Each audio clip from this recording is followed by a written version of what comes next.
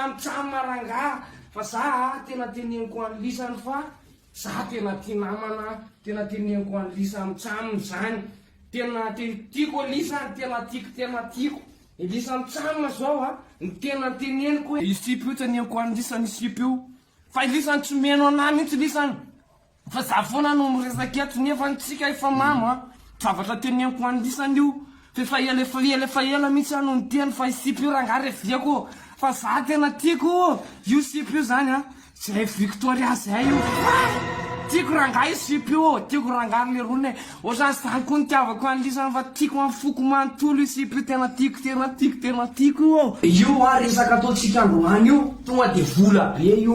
vola be io ohatrany zany zao tsika sady misotro mihinana tsaky nareo mitsamo ohatrany tsy hitako mihinana tsaky misy rangahy hoany rangahy le tsaky io lo misy de hoany mitsaky aloha zay vareraka be eto ny tena nareo mitsamo hoe tsika hitady vola amina miliary vola de taditsika io nareo mitsamo tena zavatra teneniko hoe avy amin'ny fo io na vehivavy io na fitadiavam-bola io na fireveny io zay fa fiainanay sy io niaina tao anatin'ny vola be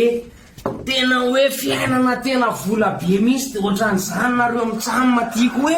iaina ao anatin'ny tontolon'izany vola zany fa isipy io raha tiako isipy io tena tiako tafoky fa faya tena faya tsy tiako tsony izy fa tena tiako Lisa mitsamo ohatrany za rangahy mangataka hevitra aminareo mitsamo tsy meno anahy mihitsy nareo marina tena miresaka fotsiny fa za mitantara fotsiny malahelo anie za malahelo nareo mitsamo tsy meno anahy mihitsy nareo mitsamo fa izy rangahy reveko fa izy efa tsy tia anatsony de zay zavatra teneniko anareo mitsamo zay za zany tonga teto naprevy tonga teto antantara fiainana de nareo mitsamo mavarina miresaka any ambadibaditra rangahy zay mino fa tiako Victoria rangahy inona ny hevitrako mba hiverenany aminay magnataka hevitra aminareo mitsamo inona tokony ataoko any Lisa mitsamo io fa io fiainan'io resaka business io omeko any Lisany io sady mitomany amin'ny tantarany Lisa zao fa sady malahelo ny foko